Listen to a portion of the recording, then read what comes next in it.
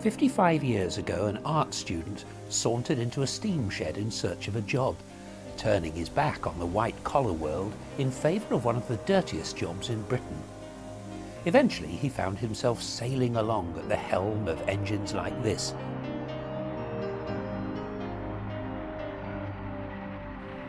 And more than half a century later, he's still there.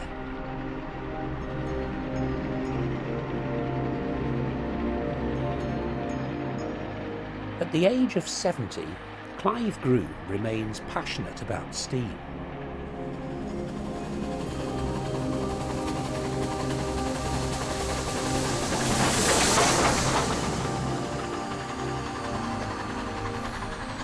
I got interested in railways because I lived backing onto a railway line, and I went to a school that backed onto a railway line.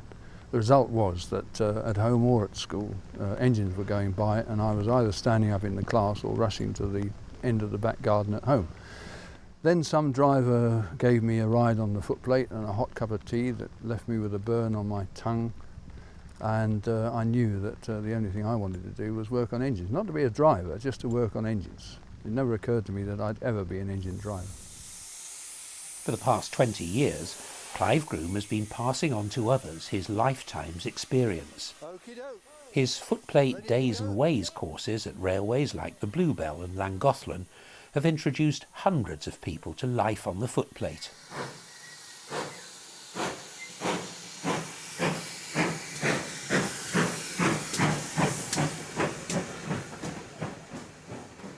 One by one, they take the controls. Now your brake isn't off, you're not going fast enough. So you need to put it to the big jet. That's it, and until you pick up fast enough speed, you can't put it back. Get a little bit of a gallop on up to that junction there. It must be Britain's most unusual classroom, with students riding in the guard's van until it's their turn to try driving and firing. For many, it's a first step towards volunteering on a preserved railway. But for others, it's just something they've wanted to try since they were kids. And when Clive Groome isn't teaching, he's a volunteer himself. This week, to his delight, he's been rostered at the Bluebell with two of his daughters, Rebecca and Elizabeth, who are engine men in their own right. They'll be working a standard Class 4 tender engine up and down the Bluebell line on passenger trains. For Clive, it brings back memories from years ago when he would slip out of Nine Elms shed in London in a cloud of steam, running light engine to Waterloo to work trains like the Atlantic Coast Express and the Bournemouth Bell. Back in those days, a crew would find their locomotive already in steam, and with some of the preparation done for them by the shed crew. Nowadays, there's more of a do-it-yourself role. The footplate crew will light their own engine up and do all of the oiling and fueling. So I'm going to do what used to take us 20 minutes to do in the old days, and we were allowed 35 minutes to do it. We used to book on, look at the speed restrictions, things like that. You had about 10 minutes allowed for doing the notices. Very important. If you missed any of them and overran a speed restriction at high speed, you're in for the, well, death possibly. You had to find your engine. You walked across the shed to the engine, and there it was standing with about 80 pounds of steam. Of course, today we're lighting the fire because we haven't got any steam. But with 80 pounds of steam, the fireman could get that engine ready, and you could leave the shed 45 minutes from the time you walked into the shed.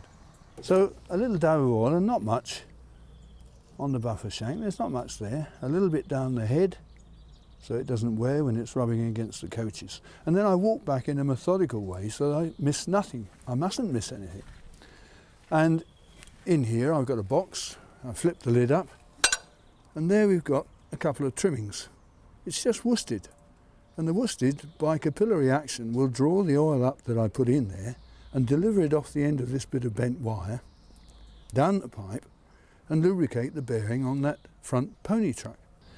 Now, trimmings are made out of copper wire, twisted, and into the twist is put a couple of tails of ordinary green worsted.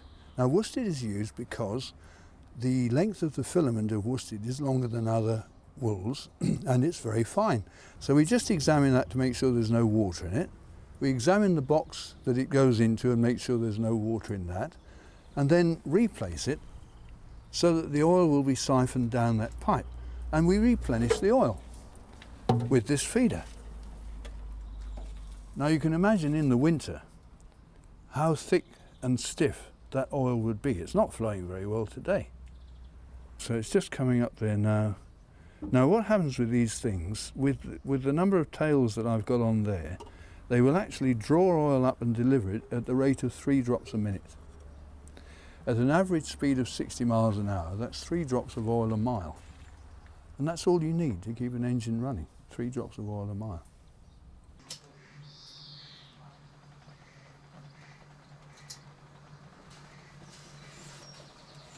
While Clive is oiling up, Elizabeth lights the fire. The boiler water is already warm. It'll be a couple of hours before they have enough steam to leave the Sheffield Park shed.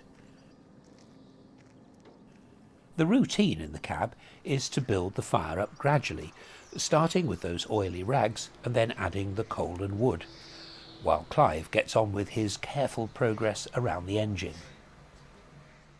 While we're in this position, we can look up above me and you'll see, up here, a mechanical lubricator. And this is the lubricator that pumps the oil through a ratchet and pull system driven off this rodding here to that expansion link there. So we've got a rocking action taking place through here, through a pull, submerged pumps going up and down in there. And on the outside we've got a sight gauge here so that we can see that we've actually got half full container. Just about on the level of my finger is where the oil rises to. Now I'm not going to fill it up too much because we don't use a lot in a day. I'll put in about, say, a quart of oil or so into that in a minute. And that's what feeds down through these pipes to oil the blocks that slide on these slide bars here. And it also comes down to here and oils the main slide bar for the piston. And while we're here, I'll just put my finger in there and rub. Now if that, instead of being black and shiny, was a sort of a leady colour or even a bronzy colour, it would indicate wear. There's no wear on that, it's just oil.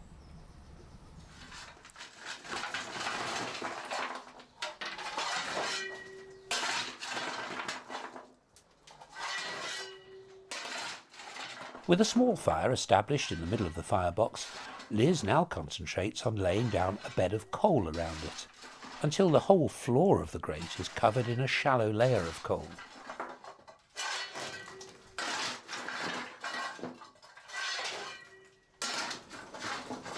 Unlike a domestic fire, there'll be coal underneath the kindling wood.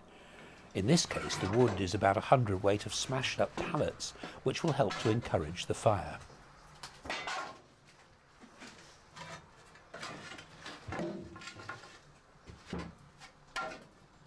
Soon, various engines in the yard are coming to life, and on some days, half a dozen of them will be waking up simultaneously.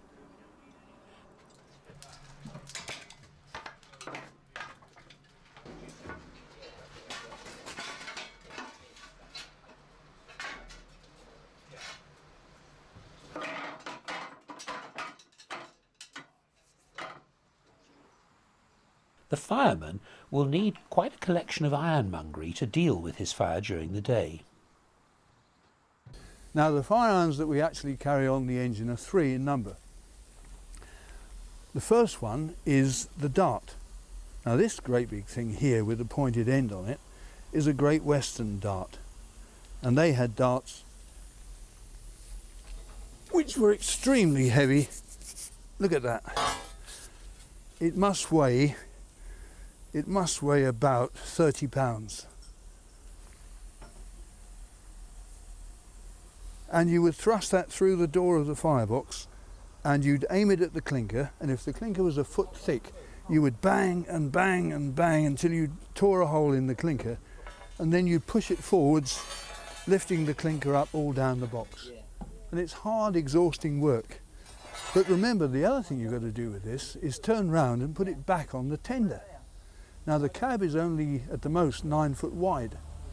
You mustn't hit bridges, you mustn't hit signals, and you've got to somehow pull it red hot out of the fire, turn it round in a 9 foot cab and put it back on the tender. Just imagine the difficulty of doing that. So that's the dart. Put it back up there. The next one is the pricker. This is a pricker. It's much lighter to handle and it can be up to 14 feet long. The end of it is about 9 inches and that is used firstly through the door of the firebox to level a fire over like that horizontally, and you can check when the flames are too violent and you can't actually see the firebed. You can feel what the firebed is like by placing this on it and running it down the shape of the fire. If the firebed is blocked up and the flames can't get through, you turn it point downwards and you pull the fire through with short jerks from the front of the box to the back of the box, and you break the surface of the coal. Last of all, at the end of the day, when you've dug the clinker up with the dart, you then use the pricker to lift the sheets up and push them in a place where you can get them out with the shovel. So that's the next thing we look at, the shovel.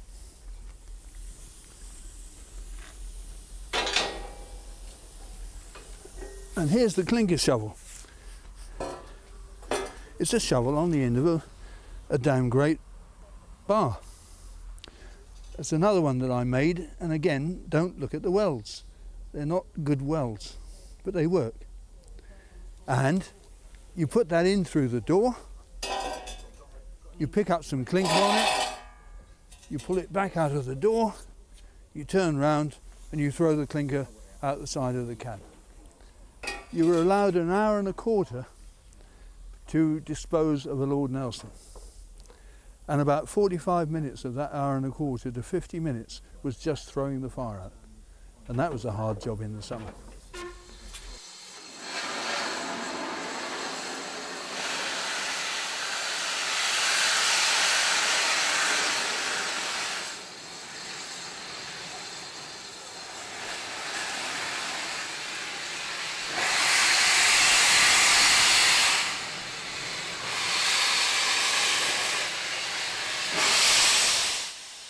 When Clive Groome first arrived at the Bluebell, he was pleased to see many of the locomotive types he'd worked on in steam days.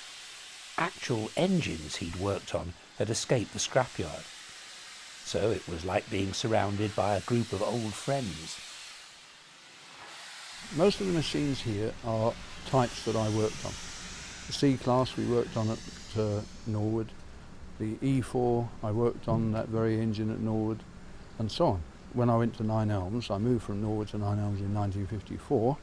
I worked on the Bullied Pacific, Blackmore Vale, the standard Camelot, the S15s and so on. So there's not many engines here that I haven't worked on, including the 9F. The 9F was used at Nine Elms in the latter days of steam. So most of them are old friends.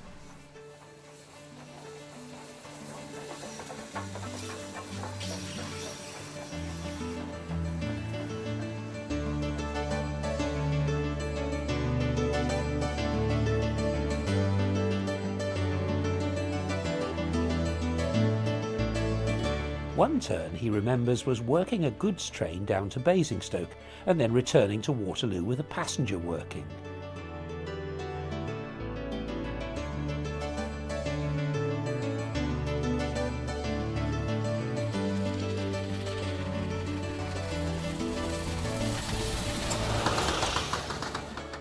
But what makes Clive unusual was that he strayed to other regions.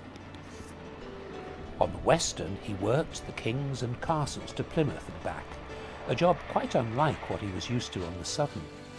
And he went north, to Newcastle on the A4 engines, and to Glasgow on the Duchess and Pacific Express engines, firing other people's locomotives on his day off.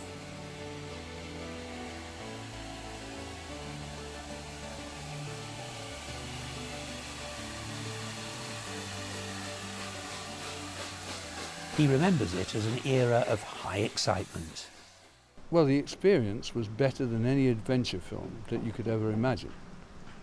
I remember being at the cinema and thinking, while watching Errol Flynn doing some crazy exploits, I'm going to be having more adventure than this when I go to work at midnight. It was extremely exciting, extremely stimulating and challenging. And, well, spiritually, I've had people tell me that they've known ecstasy when they've been driving steam engines. Many, many drivers have said, yep, I've known ecstasy. Nowadays it's a quieter life, but Clive still takes great pleasure in using the skills of an engineman. He's still learning about these machines after 50 years. And there's the added bonus of finding himself on duty with some of his 4 daughters, who really were railway children, and will hopefully carry on the family tradition when Clive retires, although at 70 he's still fit.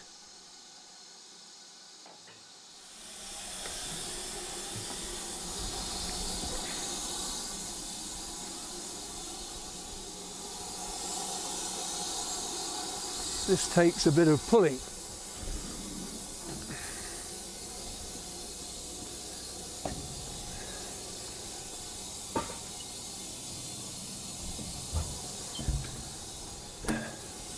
Let it lay back a little bit. That's it. Okay.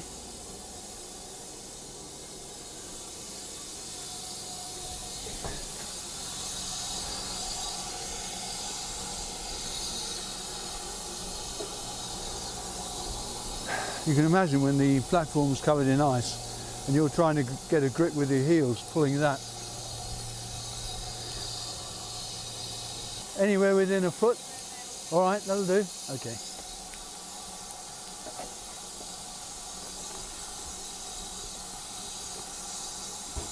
Okay.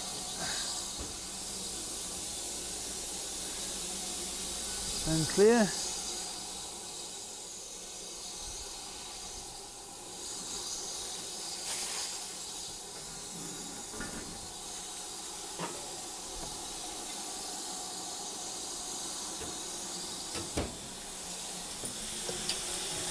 Handbrake didn't go on, did it?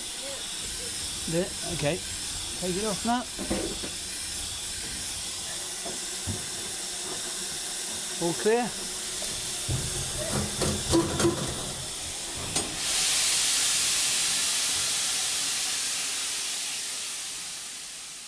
On the first trip, Clive will be acting as the fireman.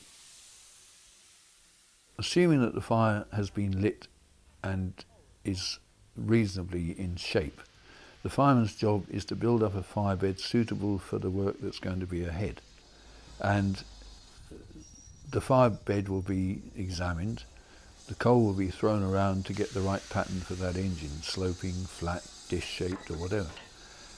The steam pressure will be monitored so that it doesn't exceed the blowing off point before the departure, if they can help it.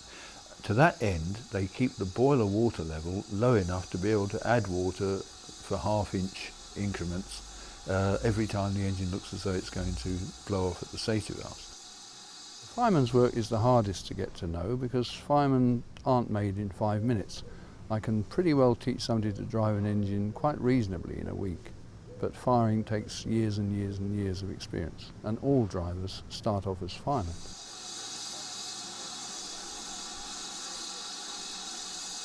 You'll hear these XBR chaps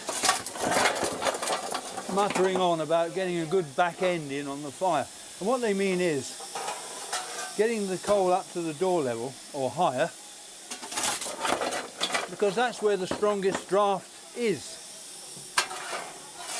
And if we don't have a good back to a fire, the cold air will come through there and it won't bother to go through the rest of the fire. And the rest of the fire won't burn.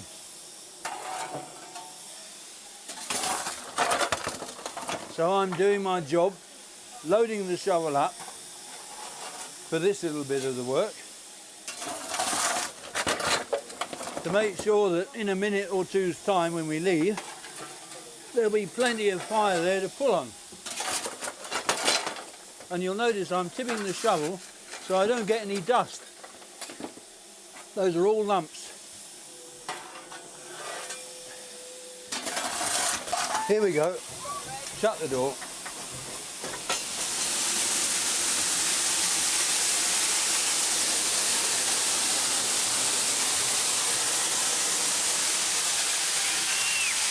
That'll do it.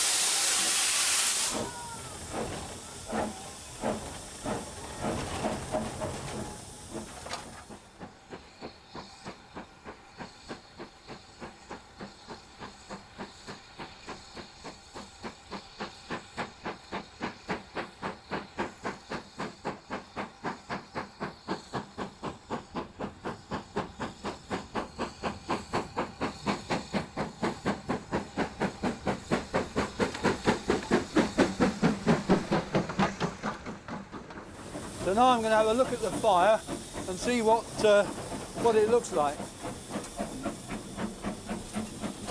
I can't see down the front, so if I put the shovel in the door so that air goes down the inside of the shovel, it'll actually move the flames out of the way.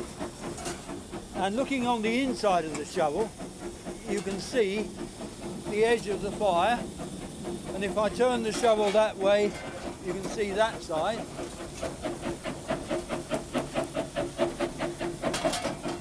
And what I can see is that the fire is very thin down the front 2/3 of the box on both sides. So I'm going to aim there first.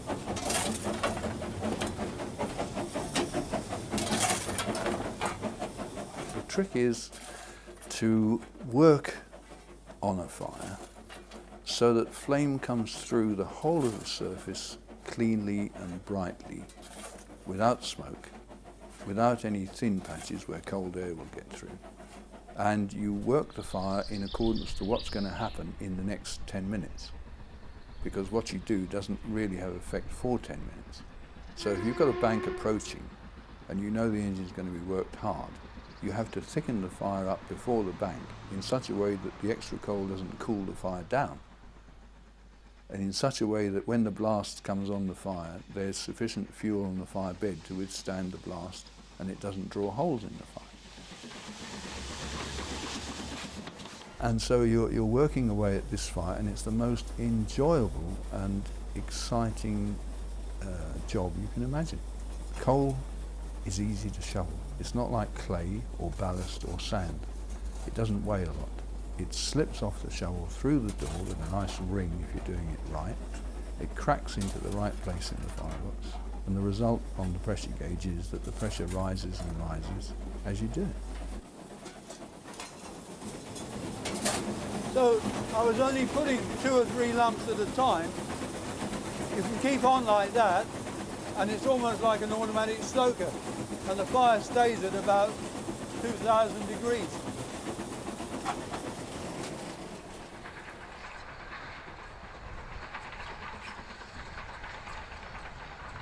The fireman's eyes are needed for the road ahead, especially on bends where the driver simply can't see the signals. When the fireman's firing, through his feet he feels the twisting of the engine, and if he feels the engine tilting towards his side, he knows the track is turning that way, and he needs to look out and make sure it's clear, and if there's a signal to be seen, he sees it before the driver does. We've got the signal.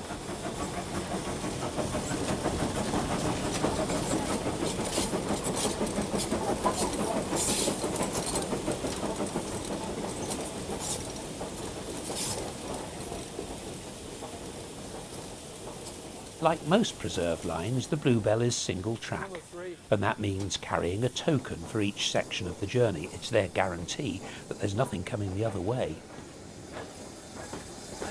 Right. There we go, the blue one. I'll hang that up there. It's nice to be able to look and see it when it suddenly occurs to you, have you got it? They used to say, if you see a train coming towards you, die with that in your arms to prove that you had it.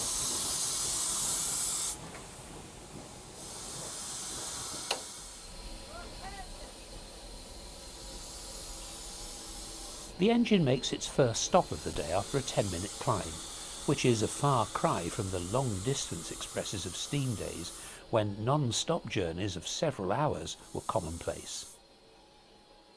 I admire anybody who sets out on a, I mean, some of them, they did do non-stops to Glasgow.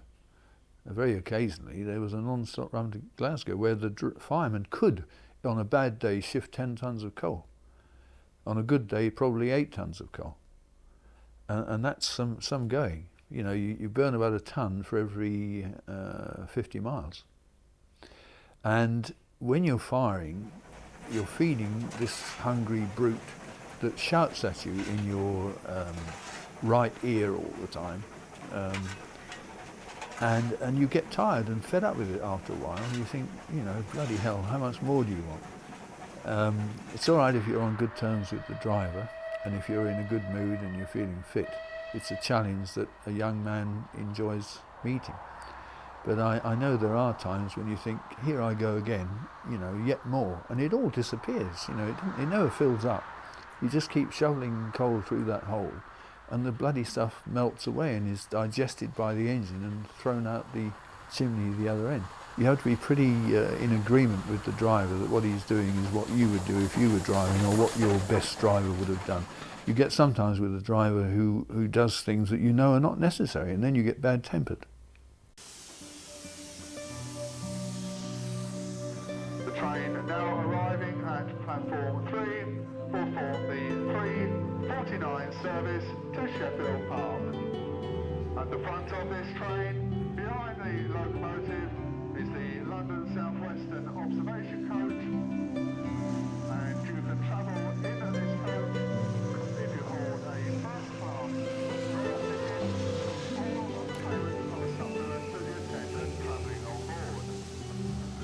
The locomotive cameron is pulling this train in and will form the 3:49 service to Sheffield Park.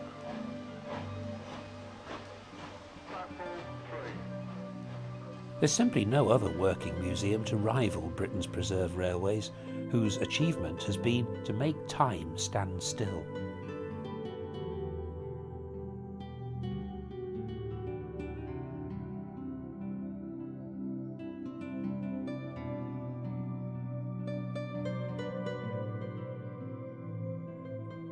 It's pure nostalgia, a genuine walk down memory lane for the millions of people who have a fondness for trains.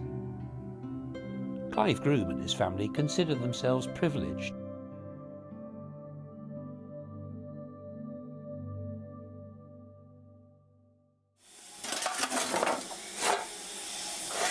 Here we go.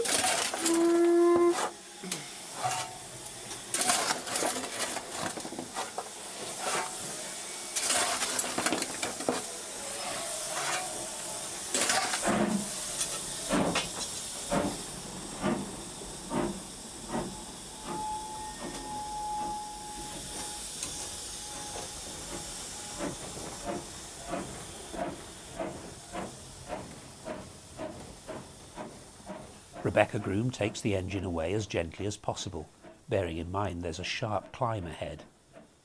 It's high summer, the countryside's dry, and they don't want to be throwing hot cinders from the chimney. For this section of the journey, Clive will adopt a different method of firing. So Rebecca has wound the lever back a little and taken some of the blast off the fire. I'm going to start firing to it, but because of the danger of cold air going in the fire, I'm going to pretend to be a Great Western fireman and use that flap the way they do on the kings and castles.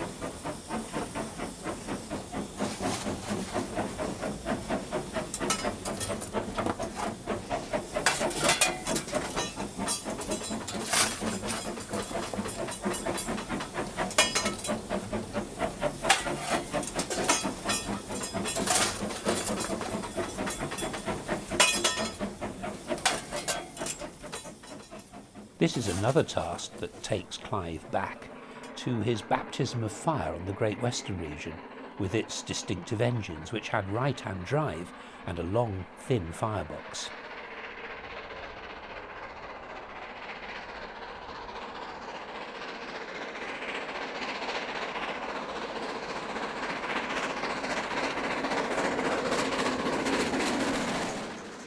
was very different, firing from the opposite side of the footplate, shoveling off the floor instead of off a shovel plate, shoveling into a box which was 11 feet long, using the shovel full of coal, maybe 14 pounds of coal on a shovel, which we would never do, and throwing the coal into a heap into the middle of the box.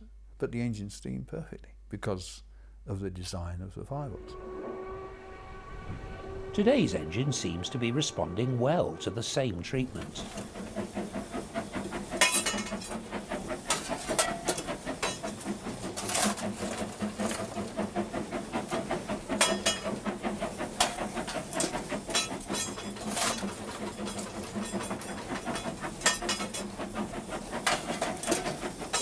So you see, on a Western engine, there's no rubbish about firing small quantities.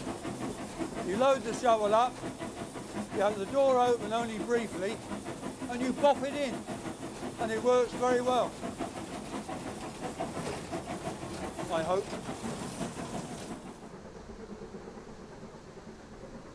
There's a tunnel on the second leg, and tunnels can cause blowbacks or make the engine slip.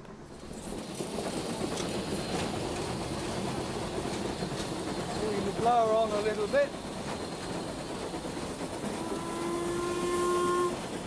Going in the tunnel again.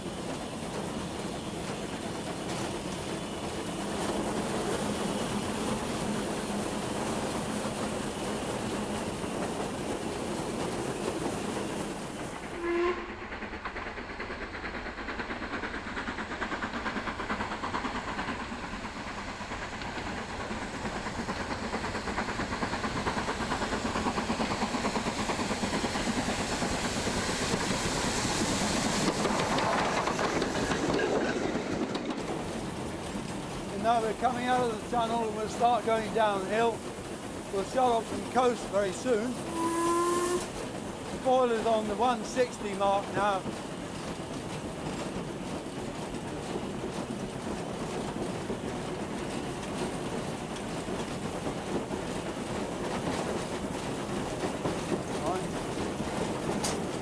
And you'll see the boiler drop as we begin to coast.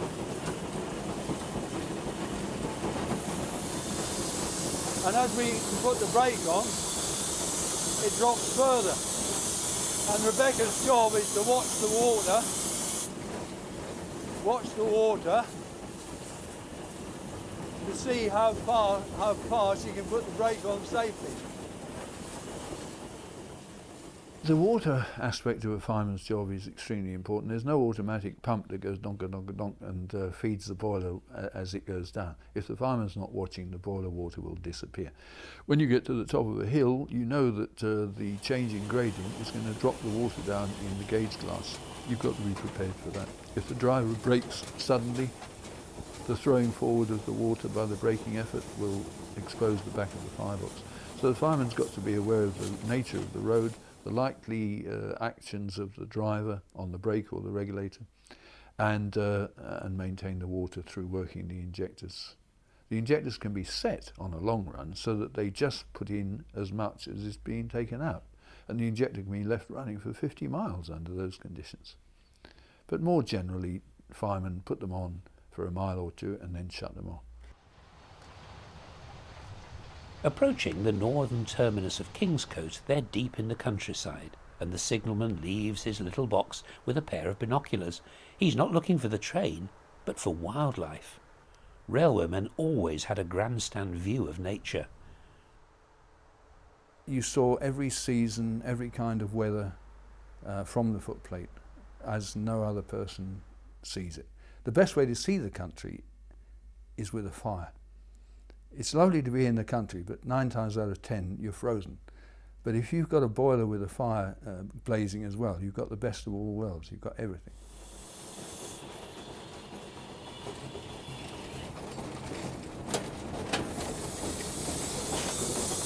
So we've got a fair amount of space in the boiler. We've got about a half an hour to stand at the station, and if the steam climbs towards the blowing off point, we can poke some more water in and keep it quiet. We won't get any complaints from the neighbours. The whole journey has evidently been accomplished without sweat. It doesn't have to be physical. Clive didn't even find firing on the Western Main Line particularly hard. But then he was taught well by men who knew that sometimes half a shovelful would do the job. The chap that taught me how to do that was Jim Dawson, who was an old Southwestern fireman and then driver, and he was my regular mate in number 3 link at Nine Elms. And when I started firing, I did the same as everybody else. I would throw on enough coal to actually turn the fire bed black. And he would say to me, no, cut down the amount of coal you're putting on. You only want half a shovel to that place. And I think, how the bloody hell does he know that? And I'd throw the half a shovel there, and yeah, the fire would gradually turn lemon yellow all over. And when you've got a fire like that, you think, yeah, this is the way to do it. As a practical demonstration of firing at its most laid back, we can join a C-Class 060 engine which has been used on one of Clive's footplate training days in foul weather, the kind of day when enginemen don't want to make the job harder than it needs to be. Today, Clive's youngest daughter Elizabeth is acting as his fireman and has got the job down to a fine art, having literally grown up on the railways. The last duty of the day will be to shunt the yard. All good firemen will use the smallest fire possible. Apart from economic considerations, it's annoying to have to get rid of excess fuel. Got a very nice day, thunder and rain, in an open cabbed engine, all very traditional. The only thing not traditional is the fact that I've got a girl for a fireman instead of a fella.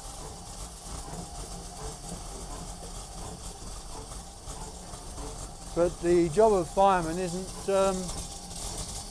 as physical as you might think. It's an art, and if you've got the art, you don't need a lot of physical bulk to do it. In fact, Bert Hooker, who was one of the most famous firemen on BR, was a very slender and small chap, and he was an excellent fireman.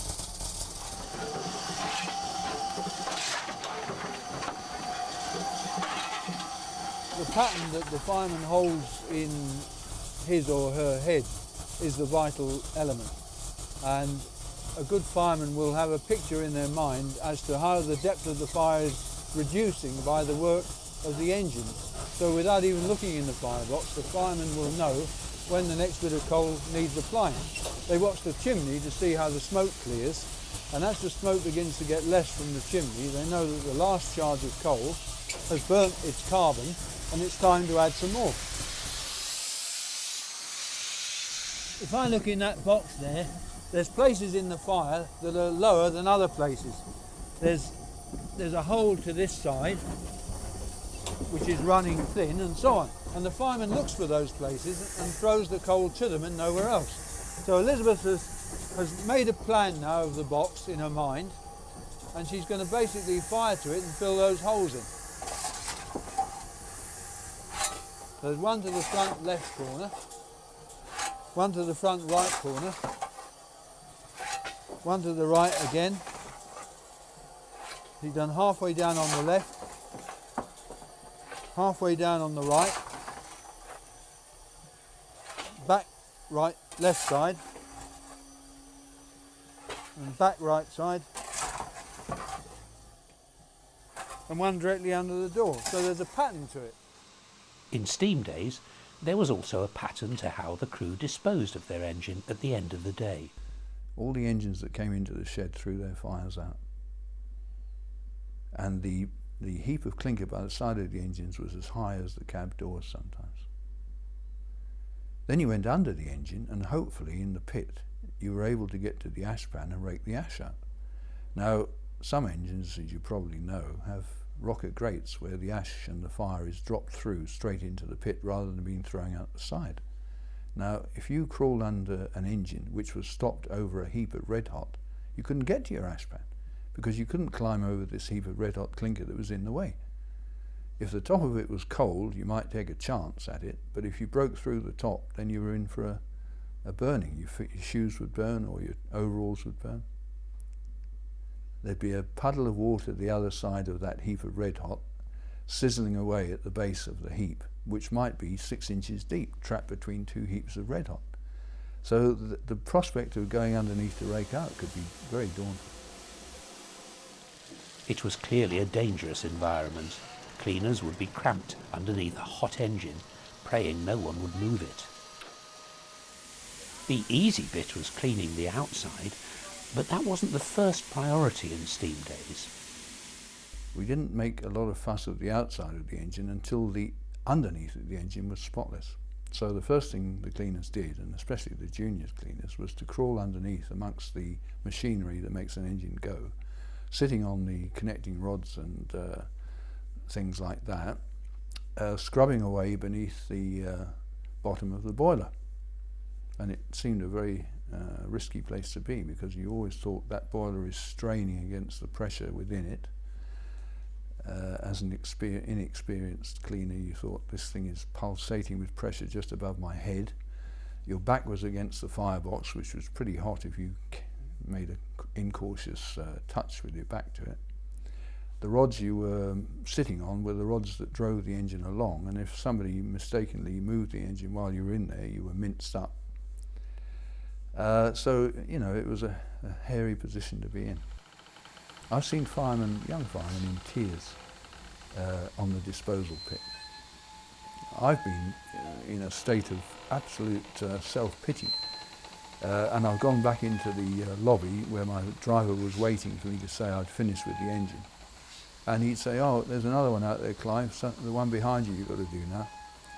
And you just felt, surely somebody's going to help me or take pity on me, but they didn't, because everybody was doing the same work. The fire will be allowed to die back overnight, and some of the cleaning tasks will be done now, ready for the morning. Right, the disposal work is the bitter end to a day's work if you are on 8 hours.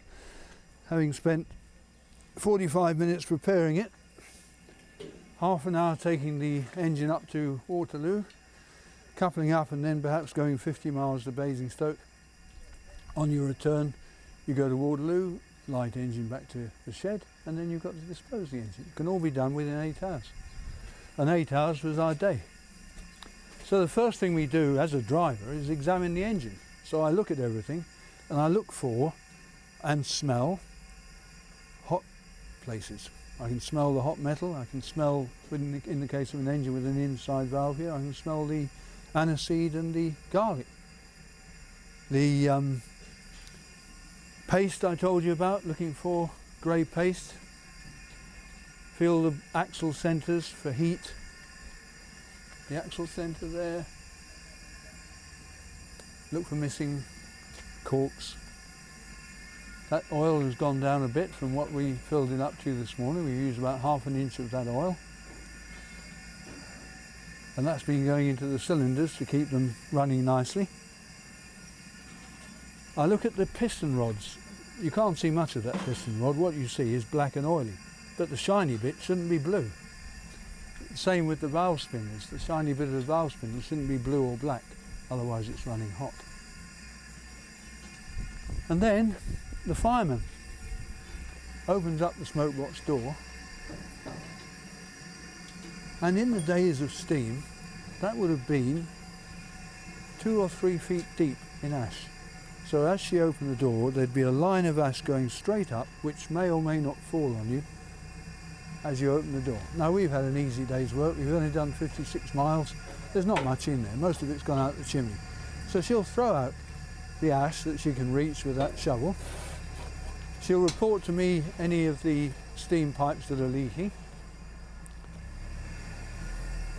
and then shut the door and sweep it up nice and tidy again. It's not a pleasant job. We were allowed 10 minutes to do that, and when the wind's blowing the wrong way, it's 10 unpleasant minutes.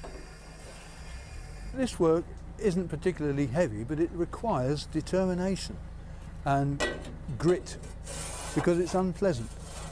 And you, at the end of the day, when you're covered in sweat, your legs are sticking to your trousers, your face is sweaty, the last thing you want is smoke box ash blowing all over yourself. So it's a matter of willpower and determination to do your duty is the hardest thing. You don't need strength, you just need strength of character. And that's what drivers and firemen developed in full, strength of character. So she's lining up the inside of the door catch, and then she'll put it down and then tighten up the outside. And then she'll have a little sweep round so that the dust doesn't blow in our eyes tomorrow. Was there anything blowing in there, Rebecca? Okay, no blows.